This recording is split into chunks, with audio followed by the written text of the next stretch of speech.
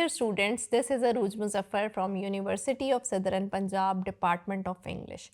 In our previous lecture, we were discussing the role of translation, and today we are going to discuss the translation into some other mode of understanding.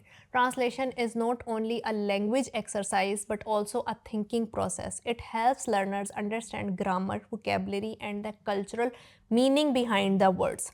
Many learners start translation by depending heavily on dictionaries or mobile applications. Although dictionaries are useful tools, but they cannot always provide the correct translation for every situation. This is because language depends on the context. A word that is correct in one sentence may sound strange or incorrect in another sentence.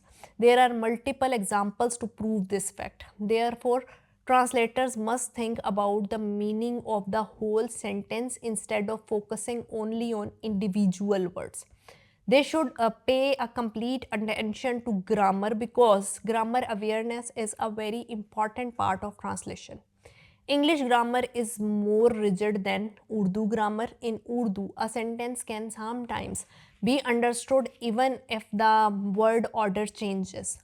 The change can be slightly or heavy as well, but in English, however, word order is crucial for meaning. For example, if someone says Ali ate the mango, the meaning is clear, but if the words are rearranged as mango ate Ali, the meaning changes completely. Therefore, when translating Urdu sentences, the translator must carefully place each word in the correct position because in Urdu that can be to some extent understood, but in English it is very difficult to understand it. Another challenge in translation is the use of articles such as a, an, and the.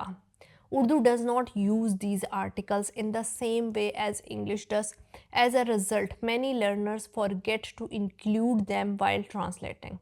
For example, the Urdu sentence like wo ustad hai sentence should be translated as he is a teacher without the article a. The sentence sounds incomplete in English, but generally when it is translated, it is said that he is teacher. Students should also pay attention to prepositions. Prepositions such as in, on, at, to, from, and with are often confusing because their usage in English does not always match Urdu expressions. For example, in Urdu, wo bus mein gaya, someone might say, which literally translates it to he went in the bus.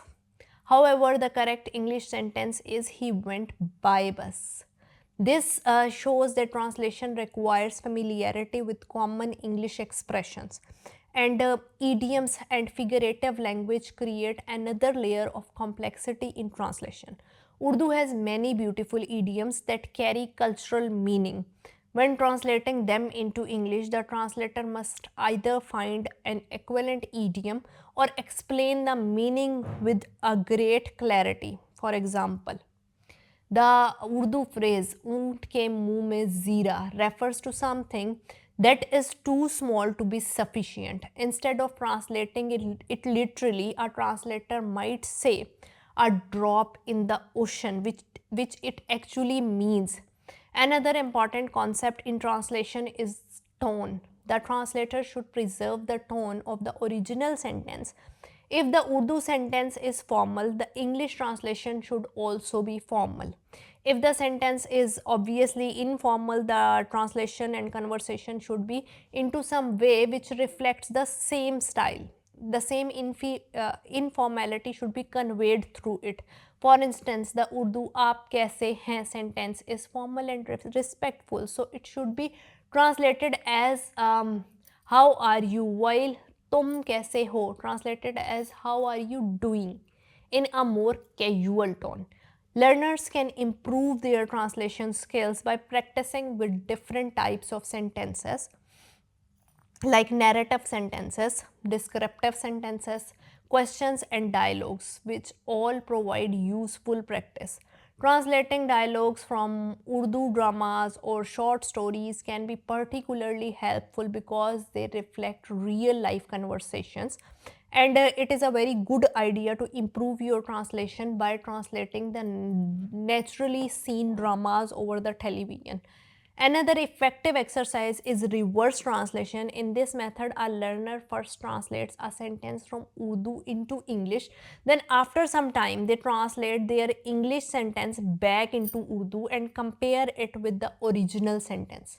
This activity helps them identify mistakes and understand where their translation changed their actual meaning. So, reading bilingual texts can also be beneficial. Some books provide both Urdu and English versions of the same text, like we used to study into our matriculation and intermediate, where the chapters were in English language, but we do had some helping books that conveyed the same chapters in Urdu language. By comparing the two versions, learners can observe how professional translators handle sentence structure, vocabulary, and cultural expressions. Students should also learn to simplify sentences during translation. Sometimes Urdu sentences are long and complex, containing multiple clauses. Instead of translating everything into one English sentence, the translator may divide the idea into two short sentences. This approach makes the translation clearer and easier to understand. Technology can also support translation learning. Watching English lectures, English movies, listening to podcasts, and reading English subtitles while watching films can expose learners to natural English expressions, and these natural English expressions gradually begin to internalize how ideas are normally expressed in English language, which lead you towards making the English sentences on your own. However, students must avoid depending completely on machine translation tools. These tools are useful for quick understanding but often produce unnatural sentences because they cannot fully understand cultural context or idiomatic language. As I have mentioned with you earlier as well, that the sentence where some Urdu character was named Roshni was translated into English by AI. Confidence is another important element in translation. Many students hesitate because they fear making mistakes, but translation improves only through practice and experimentation. Every mistake provides an opportunity to learn something new about the language. Over time, learners will notice that translation becomes easier because they start recognizing patterns. They understand how English sentences are formed, how verbs change according to the tenses, and how vocabulary fits naturally into different contexts, which is very important and delicate matter over here. And one more important aspect over here is that translation is both an art and a skill. It combines language, knowledge, cultural awareness, and logical thinking. By practicing regularly, reading widely, and paying attention to grammar and context, students can gradually master the ability to translate Urdu ideas into clear, accurate, and natural English sentences. This skill not only improves their language proficiency but also strengthens their ability to communicate effectively in academics, and obviously leads you towards a good success in professional and everyday life as well. So basically, the context and the soul of this lecture is that translation is something which is very tricky. This is something which is beyond any doubt, but doing translation can be something which is very interesting if we do focus on the patterns of both the languages. If we keep a special eye over the idea that English expressions and Urdu expressions have ultimately the same sense, but they should be arranged into the situation in a way that that situation becomes meaningful. For example, the English idiom bullet from the blue, what does it mean in Urdu? Simply it means that um, something something like bullet which is dangerous, or a which came out of the blue, which carries the sense of asman. So, a bullet from the blue basically means that there is some accidental happening that came to you on a very sudden note. So, basically, translation is about this idea that Urdu and English languages do have the expressions, and those expressions depend upon the context. So, context should be made clear to make English and Urdu understandable and translation more meaningful.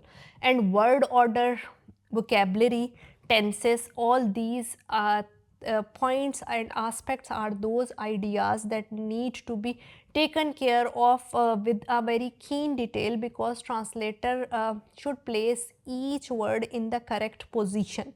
And apart from placing it in the correct position, he should be very much unbiased and impartial towards translation, because it happens that the subject who is translating one language into the other one, he adopts or he bends towards certain likings and certain dislikings. These likings and dislikings are reflected into his translated text as well. So the translation should not be some political object. It should reflect one's creativity rather, and the translator should take care of this idea that he needs to be very much unbiased and impartial. He should behave very much professionally, and he should write something which is going to convey a sense which is based on the true meanings and true essence of the language, rather than creating something which is rather political or is incorrect into it. He should be careful about the expressions, especially figurative language and idioms, and he should take care of the respect of both the cultures. He should respect the Urdu culture as well as the English culture, so that he may create something which is based on the true patterns of creativity. I hope it is understandable for you. Thank you so much.